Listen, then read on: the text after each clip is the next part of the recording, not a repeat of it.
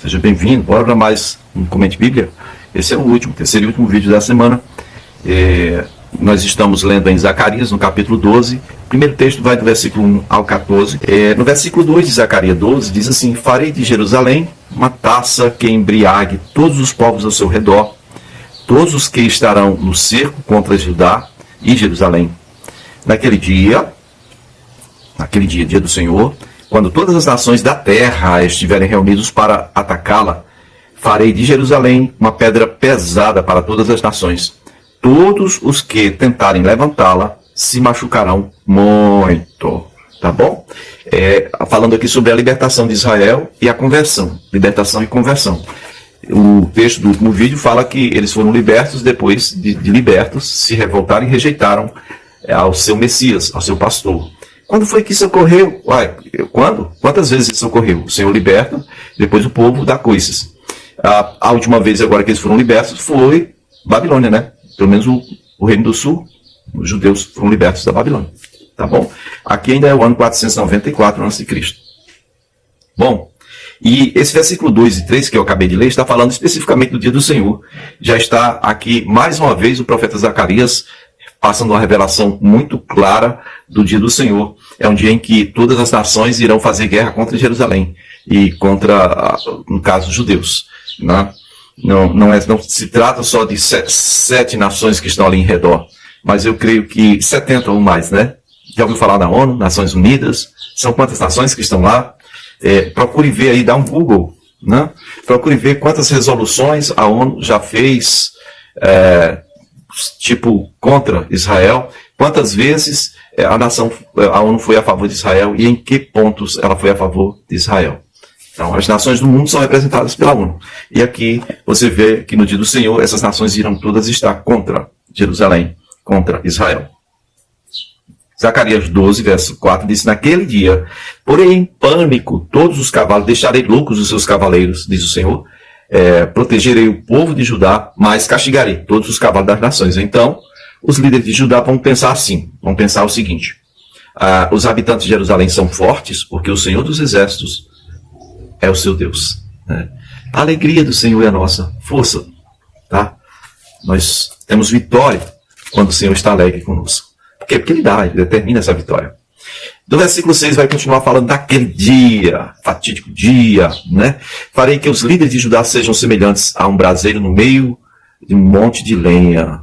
Parte B diz: eles consumirão à direita e à esquerda todos os povos em redor, mas Jerusalém permanecerá intacta em seu lugar. Eles vão ser destruídos por fogo, de um lado para o outro. Bom, pode não ser literal, mas pode estar se tratando de uma arma química, uma arma biológica, uma arma esquisita aí. Ou simplesmente pode estar se referindo ao que o apóstolo Pedro disse, né? E o apóstolo João: ele ferirá com uma espada em sua boca, o Senhor vai dar ordem e vai descer fogo do céu. Fogo do céu é raio, e vai despedaçá-los. No versículo 7 diz que o Senhor salvará primeiro as tendas de Judá. E no verso 8 diz: naquele dia o Senhor protegerá os que vivem em Jerusalém. Assim, o mais fraco dentre eles será como Davi. E a família de Davi será como Deus, e como seu anjo, o anjo do Senhor, que vai adiante deles. Não é que a família de Davi vai ser igual a Deus, todo-poderoso. Não. Vai ser como Deus no seguinte ponto: eles serão os cabeças, eles serão os guias, ok? Assim como o anjo do Senhor veio adiante de Israel, quando o Senhor os tirou do Egito. Tá? No verso 9 diz: naquele dia procurarei destruir todas as nações que atacarem Jerusalém. Derramarei sobre as famílias de Davi, sobre os habitantes de Jerusalém, uma expiação de graças e súplicas. E olharão para mim, aquele a quem traspassaram, e chorarão por ele como quem chora a perda de um filho único, e se lamentarão amargamente por ele, como quem lamenta a perda do filho mais velho, ou do primogênito. Mais uma vez, o profeta Zacarias está falando pontualmente sobre a vida do nosso Senhor e Salvador Jesus Cristo, o Messias prometido a Israel. Ok? No versículo 11: naquele dia muitos chorarão em Jerusalém, como os que choram em Hadad-Rimon, no vale de Megido. Lembra de Hadad-Rimon? É um vídeo aí bem antigo. O Hadad-Rimon é aquele cara que liderava um exército inumerável que veio contra Israel e os seus matou, e passaram 7 meses para limpar dos corpos, né? Os cadáveres ficaram estendidos ao ponto de aquele local ali bem próximo do Armagedon, o Vale de Megido, o Vale de Jezreel, vamos dizer assim, o Vale dos Caminhantes, né? Onde está o Monte Tabor, ali onde Saul tirou sua própria vida, tá? Vale de Megido. Naquele local ali, foi que teve um local que tomou esse nome de Hadad Rimon, o Vale de Rimon. Não tem nada a ver com o Vale de Rinom, que é lá em Jerusalém. É aqui Rimon com M, tá? Hadad, Rimon. Certo? De Hadad você lembra logo da Síria. Bom, queridos, Zacarias no capítulo 13 vai falar da purificação de Israel com a eliminação dos profetas. Zacarias 13:1 diz: naquele dia uma fonte jorrará para os descendentes de Davi e para os habitantes de Jerusalém, para purificá-los do pecado e da impureza. Uma fonte que vai limpar, não é mais a fonte de Gion, que enchia o tanque de Siloé. E as pessoas que vinham ao templo se purificavam lá, mas purificavam o corpo, né? Um banho litúrgico, religioso. Aqui está falando de uma fonte que vai limpar literalmente as pessoas dos pecados. Que fonte é essa? Não é de água não, é de sangue. Está escrito, o sangue de Jesus é que nos purifica de todo pecado, né? Então, a fonte para a purificação de pecados seria também em Jerusalém. De forma que Gion, ou Sion, a fonte de Gion, a cidade de Sion, tá? Ela representa Jesus nisso aqui. A fonte de Gion provia água para a purificação dos caminhantes que vinham para o templo. E Jesus, no caso, agora é essa fonte que purifica de todo pecado. Versículo 2 diz: naquele dia eliminarei da terra de Israel os nomes dos ídolos, nunca mais serão lembrados. Removerei da terra tanto o profeta como o espírito imundo. Peraí, o profeta e o espírito imundo. O profeta e o adivinho. Os profetas aqui estavam desviados, estavam servindo a demônios. Onde, pastor? Onde é que eles faziam essas coisas? Simples. Todo culto idólatra, já falei para você, no Velho Testamento, não tem nada a ver com a idolatria que nós conhecemos hoje. Hoje é só um negocinho de rezar e carregar um pedaço de gesso para cima e para baixo. Na antiguidade, era um negócio, uma festa dionísica, né? Bacanal. Vinho, carne de animais impuros, né? Em desacordo com a lei, com a Torá, e muito sexo. E ali eles invocavam demônios e simplesmente entregavam as adivinhações. Tá? E o Senhor está dizendo que vai remover tanto os profetas como os espíritos imundos. Já está bem na linguagem que Jesus usava. Chamava esses demônios de espíritos imundos. Versículo 3 diz: se alguém ainda profetizar, seu próprio pai ou a sua mãe lhe dirão: você deve morrer, porque disse mentiras em nome do Senhor. E quando essa pessoa profetizar, os seus próprios pais o esfaquearão. Os próprios pais teriam que ser os primeiros a exercer essa violência, né? Por quê? Porque essa pessoa, ela estava, no caso, usando o nome do Senhor para entregar adivinhação ou coisas recebidas de demônios. Versículo 4 diz que naquele dia todo profeta se envergonhará da sua visão profética. Todo profeta não usará o manto de profeta feito com peles para enganar as pessoas. Então ele dirá o seguinte: eu não sou profeta, sou um homem do campo. Tenho sido sustentado desde a minha mocidade com as coisas que produzo no campo. Verso 6: se alguém lhe perguntar: que feridas são estas no seu corpo? Ele responderá: eu fui ferido na casa dos meus amigos.